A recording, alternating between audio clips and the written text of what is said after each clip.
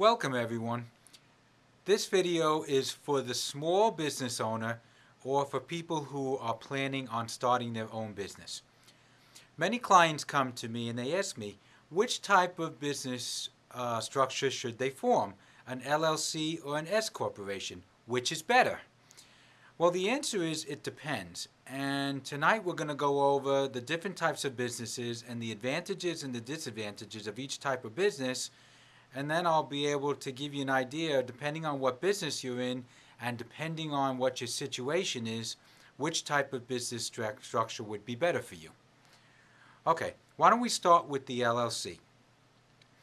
The advantages of the LLC. Well, the first advantage is the LLC is simpler. It's a lot easier to form and it's a lot easier for tax purposes. If there's only one member in the LLC, then the LLC for tax purposes will be disregarded. What that means is that the LLC will not have to file its own tax return. Instead, the owner or the member of the LLC will file a Schedule C on their personal tax return and list the income and expenses of the business. So the first advantage is that we only file one tax return instead of two tax returns. The business doesn't have to file its own tax return. Another advantage of the LLC is that there really isn't any need to do payroll because you're basically self-employed, and the owner or owners of the LLC, if there's more than one owner, by the way, it'll be filing a partnership return, a 1065, and each owner or member will get a K1, and the income will come over to their personal return. And if it's a single member LLC, you're going to file a Schedule C on your personal return, and basically you'll be paying the income taxes and the self-employment taxes on the net income of the business. Basically, you're self-employed, so there's no need to do payroll for the owners. And the other thing is, if the LLC grows larger, we could elect later on to have it file as an S-Corp for tax purposes. So we can have the best of both worlds. We can start off with simplicity, and then when the company grows, we can have it file like a corporation, like an S-Corp. So that's the advantages of the LLC. The disadvantages is that all of the net income of the LLC, after expenses have been written off, is going to be subject to self-employment tax.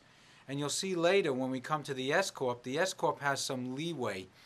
S-Corp income is not subject to self-employment tax, only the salaries that the owners take, but not the excess income above the owner's salary, whereas with an LLC, all income is subject to self-employment tax. So with an LLC, the disadvantage is that in some situations, overall taxes can be higher than that of an S-Corp. So the advantages of the LLC is that it's simpler and there's less paperwork to do, and you don't have to fuss with payroll. The disadvantages of the LLC is that taxes can be higher.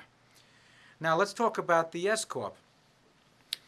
The advantage of the S-Corp, once again, is that S-Corp income is not subject to self-employment tax. Now you can't totally ditch the self-employment tax. You have to take a salary as an owner of the S-Corp, which, by the way, the owners of a corporation are known as shareholders. So all shareholders of an S-Corp who are participating in the management of the business and who own more than 2% of the company are required to give themselves a salary.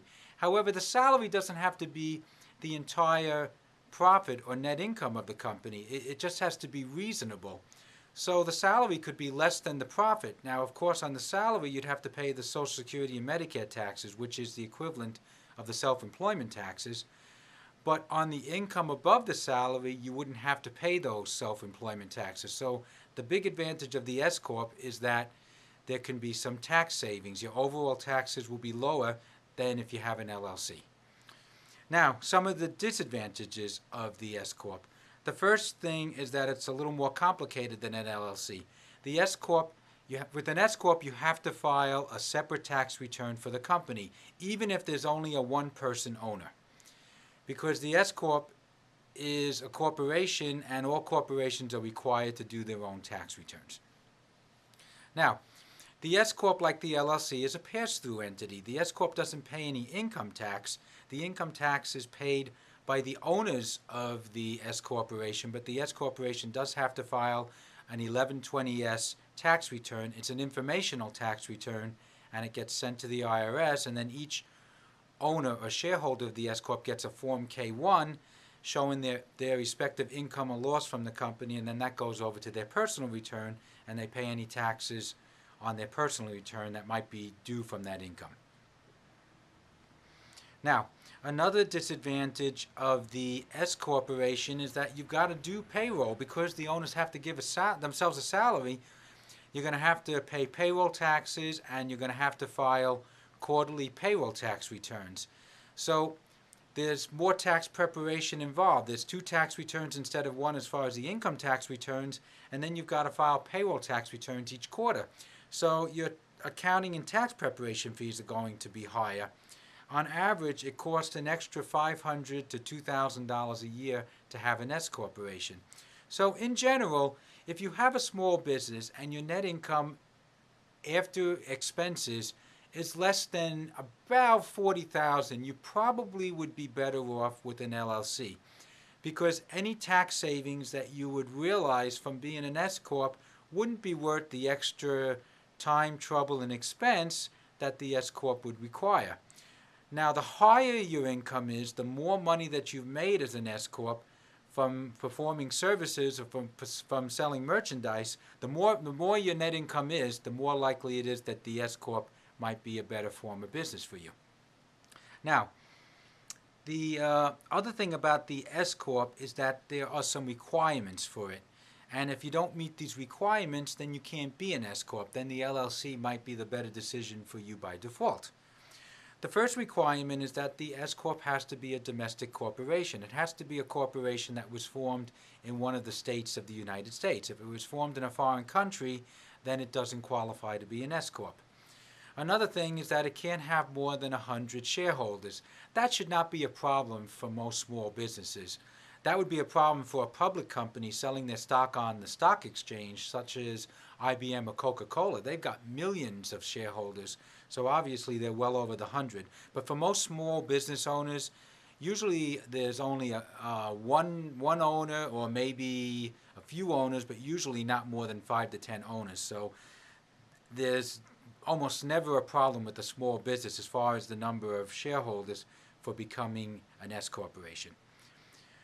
Another thing is that an S corporation can only have one class of stock. Larger corporations might have, for example, they may have common stock or preferred stock, but an S corporation can only have one class of stock. So if you're planning on having more than one class of stock, then the S corporation won't work. And then the other thing is that the S corp can only be owned by individuals, estates, or trust. It can't be owned by other companies. So an S corp can't be owned by a partnership, an LLC, or another corporation. So if you're in a situation where your company has to be owned by another company, then it can't be an S corp. In that case, the LLC would be the better choice. Okay, now let's go over whether or not to choose the LLC or the S corp. There is one more thing, by the way. There are some people that will go into business and they'll form these self-directed IRAs. And a self-directed IRA can basically invest in almost anything. It can invest in real estate, it can invest in a business. But one of the restrictions of a self-directed IRA is it can't be a part owner of an S corp. It has to invest in a C corp or an LLC. So if somebody is investing their IRA or retirement money as a self-directed IRA, then the LLC would be the better choice as opposed to the S corp, because they can invest in the S corp. Now, we want to choose the LLC if the following situations exist. One is if you have non-resident shareholders. Once again, an S corp, that's the other thing, I didn't mention it, but the S corp has to have, all their shareholders have to be citizens of the United States or legal residents of the United States. They can't be non-resident aliens or foreign people from other countries. So if any of the owners of your company are going to be foreign owners, then the LLC would be the better choice. Another thing is the LLC would be a better choice if another company is going to own your company, as I mentioned before. And then another situation where an LLC would be better is if the majority of the income of the company is going to be coming from real estate investments. If you're investing in real estate and the main income of the company is going to be rental income or capital gain income when the real estate is sold, but there's going to be very little income from fees and commissions or from services or from the sale of any type of goods. If it's mostly from real estate, once again, from investment income or capital gain or rental income, then the LLC would be the better choice because it's simpler and none of that income is subject to self-employment tax anyway, so you really wouldn't get a benefit by being an S-Corp in that situation. And then, as I mentioned before, you'd also want to choose the LLC if somebody's investing their IRA money into a business. Now, you want to choose the S-Corp if you earn money from services or if you are selling merchandise, because that would be the type of income that would be subject to self-employment tax, and that's where you'd want to be able to have some leeway or control over how much self-employment tax you pay. Now, there are a couple of other business structures. One of them is the C-Corp. I don't recommend that for most small businesses because the C-Corp is a situation in which, in one case, you can end up with like double taxation. What happens is the C-Corp files its own tax returns and pays its own tax, and then if you as the owner take the money out of the C-Corp, you get taxed on it again if it's like a dividend. Now, you could avoid the double taxation by giving yourself a salary for whatever's left in the company and making sure that the C-Corp never shows a profit. But of course, you'd have to pay self-employment tax or Social Security and Medicare tax on the whole income, so that would defeat the purpose. In other words, you'd be better off with the S-Corp as opposed to the C-Corp. And then the other form of ownership is a sole proprietor, where you don't incorporate or become an LLC. But the problem with that is that you have unlimited liability. If somebody sues you, they can come after your personal assets as well as the business, whereas with the LLC or the corporation, you have limited liability protection. As long as you don't do anything fraudulent, if somebody sues you, they can only get what's in the company. So I hope this gives you some insight into which is better. And if you have any questions on this, feel free to post a comment on my channel or post a comment on the video when you're watching it, or send me an email or a message, and I'll be glad to get back with you and give you some feedback. Thanks again for watching my video, and I look forward to seeing you next time.